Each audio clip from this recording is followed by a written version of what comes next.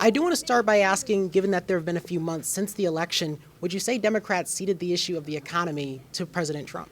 Well, I think the economy was on people's minds. I think there was a concern about rising prices, the concern about when I give a statistic that half of American families have less than $1,000 in savings, that's a precarious situation.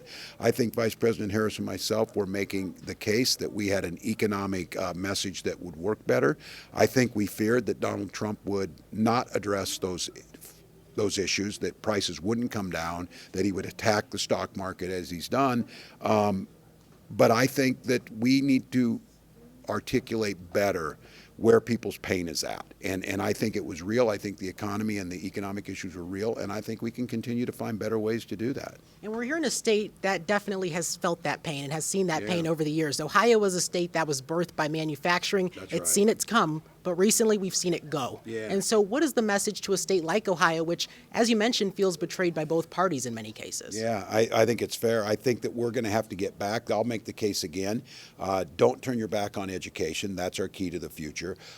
Something we've done as a nation very poorly is preparing for the next revolution in manufacturing, what that's going to look like, high-tech medical devices, different things, and then making sure that our policies, trade policies and things like that, don't put American manufacturing at a disadvantage, but help invest into it. And I think that's a fair critique that, look, Donald Trump's not going to bring back these manufacturing jobs. We need to make sure that we have people believing that we truly are. And you've made an effort to make it clear that you are not in alignment with what's happening with the federal government right now, the reconstruction, the dismantling of the federal government that's happening. If there is a president who happens to be a Democrat in office following President Trump, where do you think they're going to start in order to get it back to where they would like it to be? This is a great question, and it's one that I think this is where you can provide some inspiration for folks and some aspirational thing.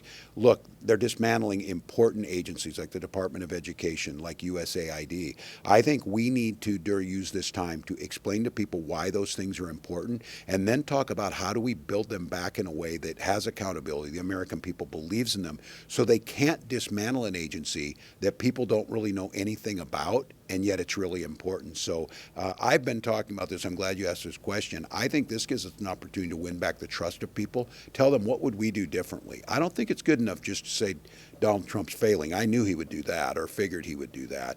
I think I'm trying to figure out how do we make sure folks trust us to do a better job. Democrats, arguably, they're riding a wave right now after what happened in Wisconsin. Obviously, of course, Senator Cory Booker, who made that 25-hour speech. How do you take that energy and you execute upon it in the midterms coming up just next year? Yeah, you get people engaged in the process who believe. Like, folks are busy. They're going to come here tonight to Lorain High School. They got dinners to eat. They got jobs to go to. They got kids to take care of. They got doctor's appointments.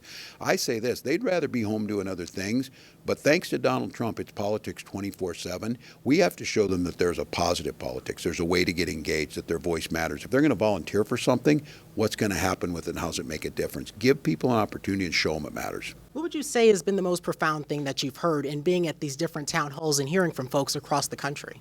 I think it's young people who understand what's going on and are maybe articulating it better than some elected officials are in a way that we need to get things done. And that's very encouraging me. Look, older folks are going to show up for political things. They just what They're they do. the most engaged demographic. Yeah, they're most engaged. I am deeply concerned that we're seeing some engaged, and especially with young men.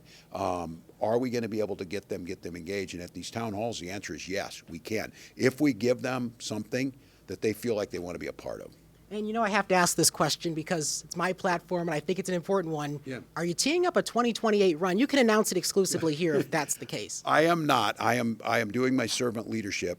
Kamala Harris gave me a platform that I'm grateful for. I'm taking that platform and that megaphone, and like tonight, I'm going to be handing that megaphone to people in Lorain, Ohio, to tell us what they want to see get done. But I'm not doing that. I'm governor of Minnesota. I have to make a decision whether I run for that job again, and I'll make that decision in the coming months.